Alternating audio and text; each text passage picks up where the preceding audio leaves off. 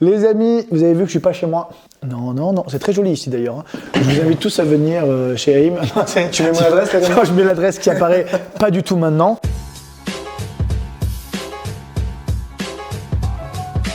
Les amis, je ne sais pas si vous connaissez Haïm, si vous ne le connaissez pas, n'hésitez pas à le découvrir, sa chaîne va être dans la description dans tous les cas. Du coup, je suis hypnotiseur, formateur en hypnose, donc mon but c'est d'apprendre à tout le monde à hypnotiser. Et c'est là où on n'est pas trop d'accord les gars, mais on en reparlera peut-être sur une autre vidéo, on va se fight. Si à un moment donné tu vois des pistaches qui partent, c'est que voilà quoi. Et aussi, j'hypnotise des gens, notamment et surtout dans la rue. Donc vous l'aurez compris, au titre de la vidéo, à la miniature et puis à cette intro, aujourd'hui, sur cette chaîne, concours d'anecdotes spécial hypnotiseur. Je vous rappelle les amis le principe, exactement le même que sur les vidéos de McFly et Carlito. Il va me raconter une anecdote, je vais essayer de deviner si elle est vraie ou fausse, puis je vais raconter une anecdote, ainsi de suite. N'hésitez pas à jouer, vous aussi, à travers votre écran.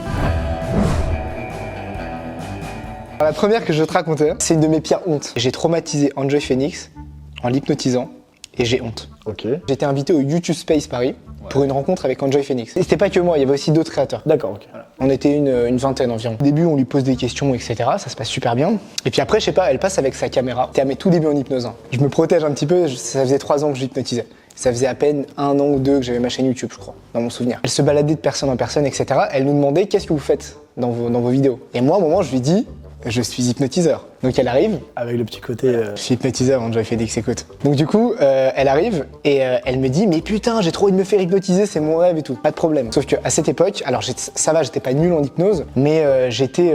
3 ans, normalement, ça va. Ça normalement... Mais par contre, j'avais jamais fait de spectacle en tant que tel, tu vois. J'hypnotisais dans la rue. Et donc du coup, au début, tout se passe bien, je commence à l'hypnotiser. Elle est super sensible à l'hypnose. À peine je lui dis, t'as 2 aimants, les doigts ils se collent, tu vois. Il y a un truc qui est hyper important en hypnose, je pense que tu le sais, hein, c'est les fusibles. Les gens ont envie de tomber par terre, ils s'écroulent par terre. Ce qu'il faut faire dans ce cas-là, c'est qu'il faut utiliser un fusible en disant à la personne, reste bien sur tes appuis, ne tombe pas par terre. Sauf qu'en fait, à ce moment-là, quand je commence à l'hypnotiser, j'étais très stressé. Parce qu'il y a du coup tout le monde qui commence à nous regarder. Faut t'imaginer, voilà, les gens ils étaient en train de parler, etc. Et là, j'hypnotise un peu la star de la soirée. Donc tout le monde s'arrête, il y a 3 mecs qui sortent des caméras, tout le monde filme et tout. Il y a un gros blanc dans la pièce. Et donc j'ai oublié j'ai oublié le fusible. J'ai oublié de dire le fusible.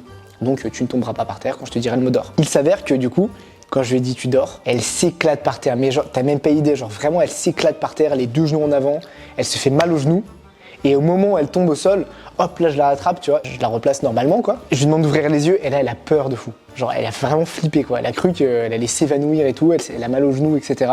Elle a plus voulu recommencer. Ouais, elle a eu que le mauvais côté de l'hypnose et pas le bon côté. Et moi j'étais dégoûté parce que je pouvais lui faire vivre des trucs de malade et ça aurait été trop bien. Et juste à cause de ça, je l'ai recroisé il y a pas si longtemps, il y a 1 an et demi après un spectacle de Fabien Olicard. On est allé boire un verre ensemble. Avec Fabien, et je lui demande est-ce que ça te dit de te faire hypnotiser, et elle a refusé parce que depuis cette expérience, elle a trop peur de l'hypnose. Donc si un jour je croise Enjoy Phoenix et que je peux pas l'hypnotiser, ce sera ta faute. Exactement. Alors, selon vous, et selon toi, Pierre, est-ce que cette histoire est vraie? Pour moi, cette histoire est vraie. Ok.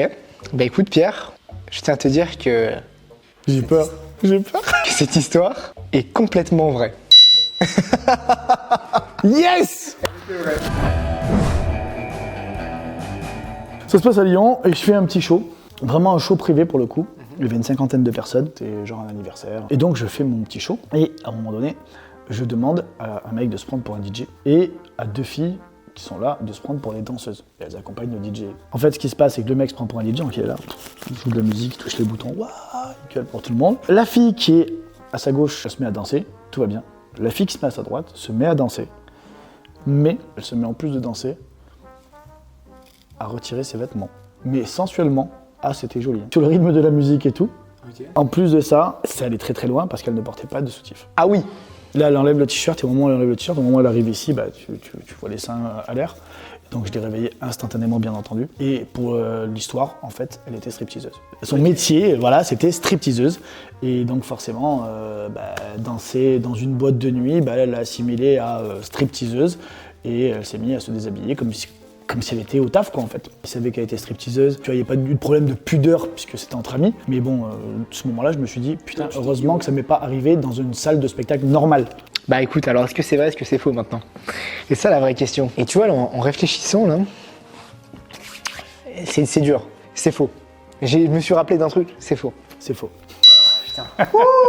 Il est très bon, les gars. J'étais vraiment dans un C'est anniversaire. ça qui m'a fait. Vraiment un double anniversaire. Etc. Vraiment un double anniversaire.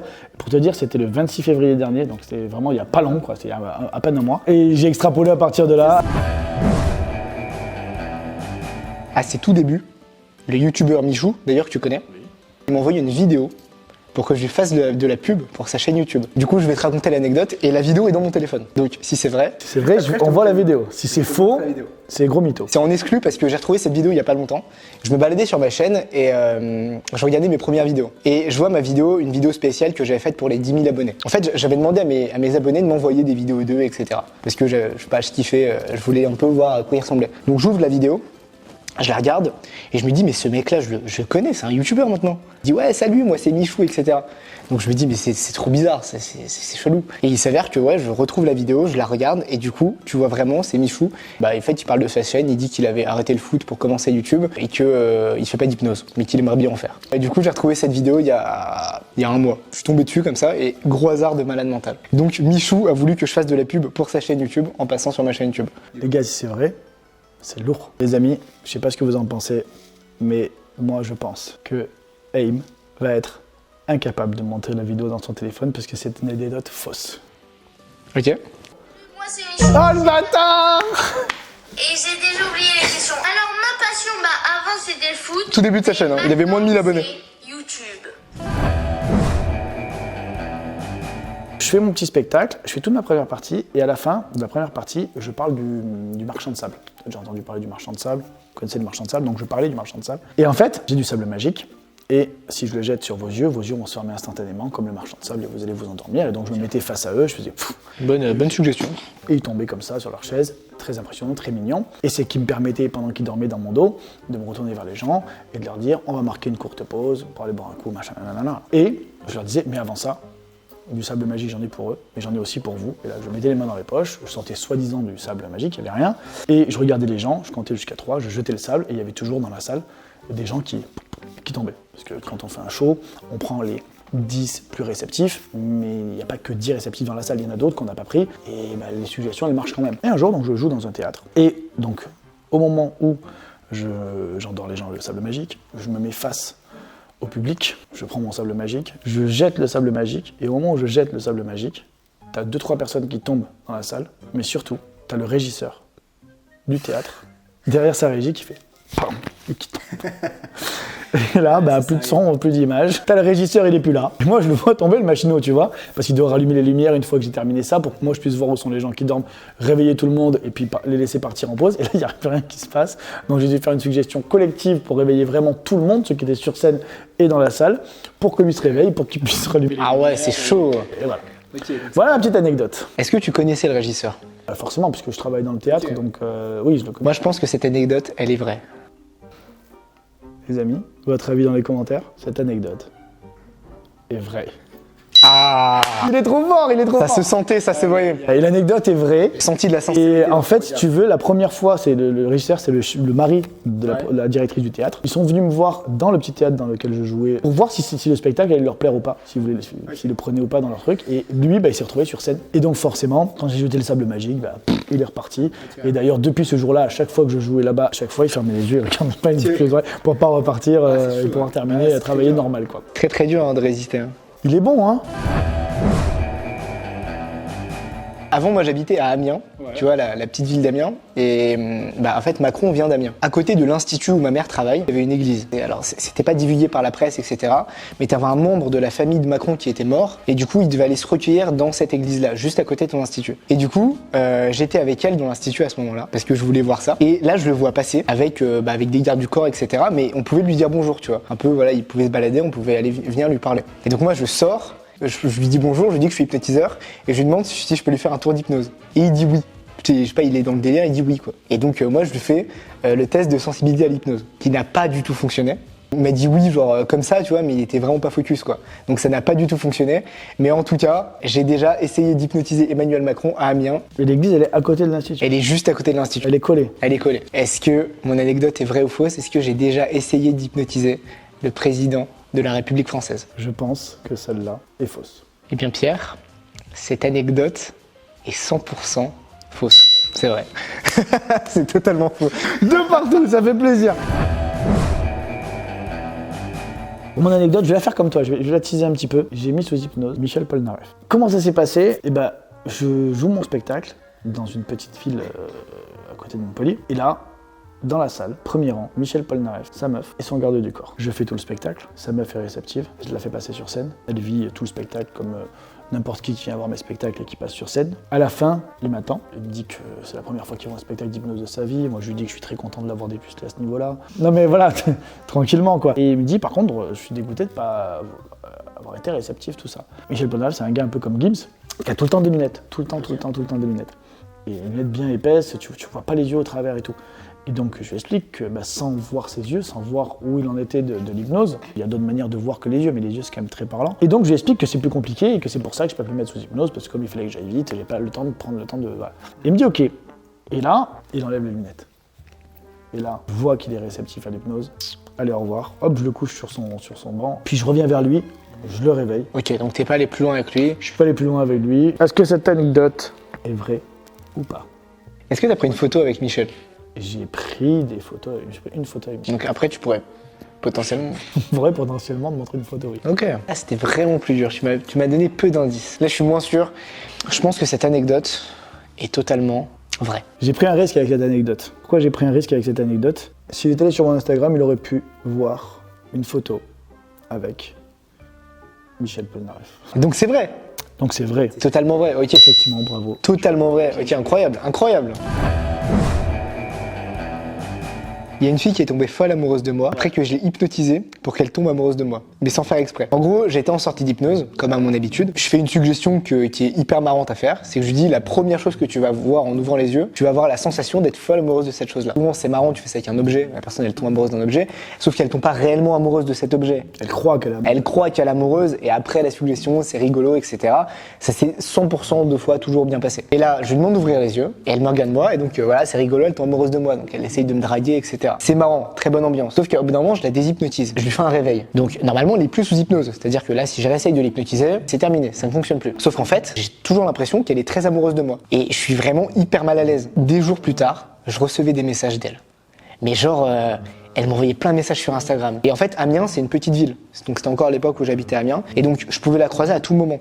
Et à chaque fois que je la croisais, vraiment, elle venait me voir. Et elle voulait trop qu'on aille se boire un verre ensemble, etc. Limite, à un moment, j'ai cru qu'elle me suivait dans la rue. Je suis pas sûr de ça, mais à un moment, j'ai cru qu'elle me suivait. Vraiment, cette histoire m'a fait un peu peur. Et du coup, maintenant, je fais très attention. Je vais dire qu'elle est totalement vraie. Tu penses qu'elle est vraie? Je pense qu'elle est vraie. Eh bien, Pierre, cette anecdote est complètement fausse. Putain, j'en peux plus. Il raconte trop bien, les gars. Elle est fausse. Totalement fausse. Putain. Il n'y a rien de vrai. Elle se passe dans ma boutique école de magie que j'avais avant. Quand je me suis senti prêt, 1 an et demi, 2 ans après avoir commencé l'hypnose, j'ai commencé à faire des petits shows. L'entrée était à 5 € et c'était full impro. Mon but c'était de savoir jusqu'où je pouvais aller avec l'hypnose pour justement avoir une sorte de panel d'action à faire en vue de créer mon show qui est mon show définitif de maintenant. Et donc pendant un petit spectacle que je faisais là, j'hypnotise dans la salle plein de gens, mais notamment un mec et sa meuf à côté. La meuf pas hypnotisée, le mec hypnotisé, il vient sur scène et en fait quand j'endors les gens en rafale, je l'avais fait dans une vidéo de Néoxion, on vous remet les images tout de suite. Sommeil profond, sommeil profond. Tu es Quand je fais ça, ce jour-là dans le spectacle, passe et j'endors tout le monde, et donc les têtes au bout d'un moment, pouf, elle tombe sur l'épaule de la personne à côté, et ainsi de suite. Je fais une petite blague en mode, ça fait longtemps que vous êtes ensemble, elle vient me dire oui, on va se marier, et au moment où elle me dit ça, moi je lui réponds, attendez, parce que là bon, apparemment il a une meuf qui est posée sur son épaule, donc c'est pas dit que finalement ce soit vous qui se marie, et là, le mec sort de l'hypnose à ce moment-là. Petite réaction émotionnelle par rapport au fait qu'il m'entend parler avec sa meuf du mariage et que je lui dis pas sûr que vous allez vous marier. Et au moment où il sort de l'hypnose, la femme se lève, elle est au 2e rang, elle sort, elle lui met une gifle dans la gueule à son mec et elle se casse de la salle. Il a fallu que moi j'arrête le spectacle. Bon après je te le cache pas, salle 40 places, c'est pas non plus le Zénith. Donc j'arrête le spectacle, je suis allé voir la meuf pour lui expliquer que c'était moi qui ai fait une blague, que lui il avait rien fait et qu'il n'y avait pas de raison de lui mettre une gifle. Je vais le réveiller, il va revenir s'asseoir à côté de toi, bon il n'y aura pas de problème. Et j'ai pu recommencer le spectacle juste après. Petite anecdote plus courte que celle d'avant. Là, j'avais vraiment l'impression que tu disais la vérité, là. Bah parce que oui, je te dis la vérité. Ok, c'est bon, je sais. Ok. Je te donne ma réponse? Tu peux donner ta réponse. Ok, pour moi, Pierre, cette anecdote est fausse. Les amis, cette anecdote est fausse. Oh putain, je suis chaud. Bien joué, t'es chaud. T'es chaud. Et pourquoi t'as douté? Parce qu'elle est moitié vraie en fait. Ah, Tout est vrai, sauf la gifle. Les amis, en tout cas, il a été très fort. T'as été hachement fort là. Pour le coup, là, c'était. je ne suis pas mentaliste pour l'instant, mais. Tu devrais essayer le mentalisme hein, pour le coup. Vas-y, il m'a percé à jour. On vous remet les scores ici, puis les scores, on s'en tape. L'essentiel, c'est qu'on ait passé un bon moment, que vous ayez passé un bon moment. N'hésitez pas à aller faire un tour sur la petite chaîne de AIM. Merci à toi d'avoir participé, ça fait plaisir. Merci à toi, c'était super cool. De ce côté-là, vous mettez le petit pouce bleu. Ça soutient, ça fait plaisir. Vous mettez dans les commentaires ce que vous avez pensé de la vidéo. Et puis bien sûr, tu t'abonnes, tu actives la petite cloche pour être prévenu des prochaines sorties. Puis moi, je vous dis à très bientôt sur les réseaux sociaux sur une prochaine vidéo. Ciao.